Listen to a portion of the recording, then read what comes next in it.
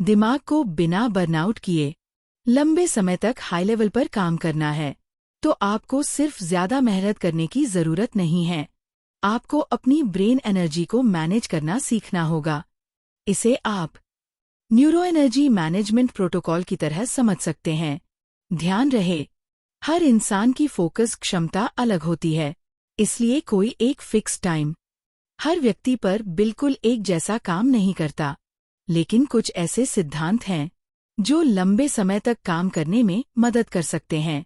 पहला नियम है अल्ट्राडियन रिदम और फोकस ब्लॉक्स। कुछ रिसर्च में लगभग 90 मिनट के आसपास अटेंशन और परफॉर्मेंस में उतार चढ़ाव देखे गए हैं, लेकिन यह साबित नहीं है कि हर इंसान का दिमाग ठीक 90 मिनट के चक्र में ही काम करता है। इसलिए 90 मिनट को एक सख्त नियम की तरह मत देखिए। इसे एक शुरुआती फ्रेमवर्क की तरह इस्तेमाल कीजिए। लगभग 60 से 90 मिनट गहरा और बिना रुकावट वाला काम कीजिए। फिर 10 से 20 मिनट का ब्रेक लीजिए। ब्रेक का मतलब स्क्रीन बदलना नहीं, बल्कि उठना, चलना, पानी पीना और दिमाग को थोड़ी देर के लिए काम से अलग करना। दूसरा नियम है NSDR, यानी नॉन स्लीप डीप रेस्ट। दोपहर में या जब आपको महसूस हो कि मानसिक थकान बढ़ रही है, तो कुछ समय के लिए आंखें बंद करके शरीर और दिमाग को गहरा आराम दीजिए।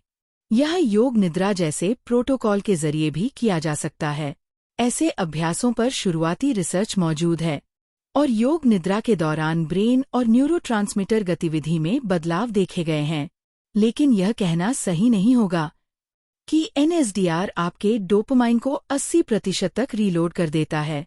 इतना सटीक दावा अभी वैज्ञानिक रूप से स्थापित नहीं है। इसका आसान उद्देश्य है दिमाग को लगातार उत्तेजित रखने के बजाय बीच में वास्तविक रिकवरी देना। तीसरा नियम है हाई कॉग्निटिव और लो कॉग्निटिव काम को अलग करना। दिन के उस हिस्से को पहचानिए जब आपका दिमाग सबसे ज्यादा फ्रेश महसूस करता है। उसी समय सबसे कठिन काम कीजिए, जैसे नई चीज सीखना, जटिल समस्या हल करना, रणनीति बनाना, कोडिंग, राइटिंग या ऐसा कोई काम जिसमें लगातार सोचने की जरूरत हो। और जब मानसिक ऊर्जा कम होने लगे, तो ऐसे कामों पर शिफ्ट कीजिए जिनमें कम निर्णय और कम क्रिएटिव सोच चाहिए, जैसे रिवीजन, प्रैक्टिस, नोट्स व्यवस्थित करना, डेटा चेक करना या पहले से तय प्रक्रियाओं को पूरा करना। इस तरह आप अपने दिन की सबसे कीमती मानसिक ऊर्जा सबसे महत्वपूर्ण कामों पर खर्च करते हैं। चौथा नियम है ब्रेन फॉग से बचने के लिए बेसिक फ्यूलिंग को प्राथमिकता देना। आपके दिमाग को पानी, ऑक्सीजन, ग्लूकोज और कई तरह के इलेक्ट्रोलाइट्स और पोषक तत्वों की जरूरत होती है, लेकिन इसका मतलब यह नहीं कि हर किसी के लिए लो कार्ब डाइट ही सबसे अच्छी है। भारी खाना, कम पानी पीना, नींद की कमी या बहुत ज्यादा मीठा खाना कुछ लोगों में सुस्ती या ब्रेन फॉग बढ़ा सकता है। इसलिए अपने शरीर की प्रतिक्रिया को ऑब्जर्व कीजिए और ऐसा खाना चुनिए जिसके बाद आप ज्यादा स्थिर और अलर्ट महसूस करें।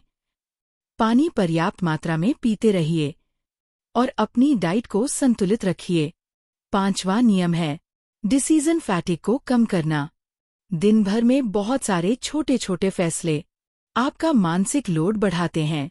क्या करना है, कब करना है, कौन सा काम पहले करना है, इन सब के बारे में हर घंटे नया फैसला लेने की जरूरत नहीं है। इसका आसान समाधान है पिछली रात का लॉक। सोने से पहले अगले दिन के जरूरी काम तय कर दीजिए। समय तय कीजिए, काम का क्रम तय कीजिए और सुबह उठने के बाद जितना संभव हो उसी पहले से तय स्क्रिप्ट को फॉलो कीजिए। इससे आपका दिमाग हर छोटी चीज पर फैसला लेने के बजाय सीधे एग्जीक्यूशन पर जा सकता है। अब पूरे दिन का एक उदाहरण देखिए। सुबह पहले 1 या 2 फोकस ब्लॉक्स, यानी सबसे कठिन और सबसे महत्वपूर्ण काम। इसके बाद एक अच्छा ब्रेक और खाना। फिर दूसरे फोकस ब्लॉक्स। इस समय भी समस्या समाधान या डीप प्रैक्टिस जैसे काम किए जा सकते हैं।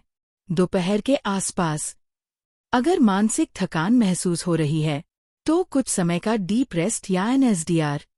इसके बाद कम कॉग्निटिव लोड वाले काम जैसे रिवीजन, ड्रिल्स, प्रैक्टिस या टेस्टिंग। शाम को थोड़ी फिजिकल एक्टिविटी, चलना या हल्की एक्सरसाइज। और दिन के आखिरी हिस्से में ऑडिट, हल्का काम और अगले दिन की प्लानिंग। सबसे जरूरी बात, 12 घंटे की कुर्सी पर बैठना और 12 घंटे की हाई क्वालिटी प्रोडक्टिविटी दो अलग अलग चीजें हैं। आपका लक्ष्य यह नहीं होना चाहिए कि हर मिनट अपनी क्षमता की सीमा तक काम करते रहें।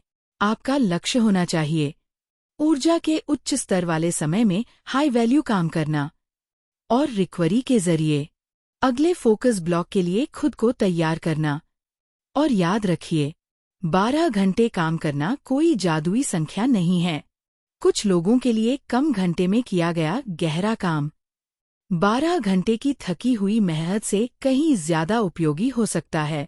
इसलिए अपने दिन को फोकस, ब्रेक, रिकवरी और लो लोड काम के बीच डिजाइन कीजिए, क्योंकि असली लक्ष्य खुद को थकाकर ज्यादा घंटे निकालना नहीं है। असली लक्ष्य है अपनी मानसिक ऊर्जा को इस तरह मैनेज करना कि जब आप काम कर रहे हों तब आपकी पूरी क्षमता सही काम पर लगी हो।